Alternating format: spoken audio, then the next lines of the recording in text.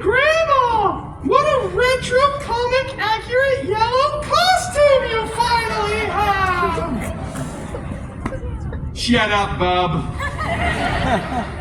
And Grandma! What big claws you have! Are those vibranium? No! They're adamantium. Shing! Grandma's not Australian! At that moment, Little Red breaks off a piece of churro, drops the basket, whips off her cloak, eats the churro for the delicious sugary energy, and then brings down her katanas in an X formation. Oh no, it's not an Easter egg or anything, it's just a cool stylistic choice. Little Red looks over at Wolvie and says, "Bring it on, Peanut!" They action leap at each other. It was a huge fight. There were broken pieces of furniture everywhere, but nobody touched that mahogany bed. Again, masterpiece. The claws and katanas ripped through the mattress, sending CGI hay everywhere. Which is weird because regular hay is so much cheaper to use. But we are owned by Disney now, so spend that money. Eventually, both of the fighters grew exhausted from the mutually beneficial climax of the fight, and they stumbled down onto the ground. Little Red looked over at Wolvie.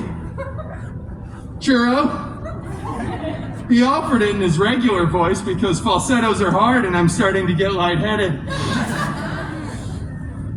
Yeah, so they shared that churro. They shared that churro Lady and the Tramp style as they looked around at all the destruction and pretended to see CGI hay. Little Red turned to Wolvie again and said, "You know, I bet we could fix this place up real nice. Grandma's probably willing to sell it.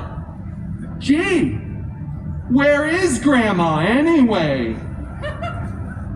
"She's, on vacation." "Oh, that's not ominous or foreboding at all. In fact, I trust you fully. Do you want to be roommates?" "Yeah." And so they were roommates. That's right. Right. Little Red took the top bunk and Wolvie was the bottom. And they went on to live happily ever after. And the moral of that story, ladies and gentlemen, is honestly, get to know your grandmother. Really?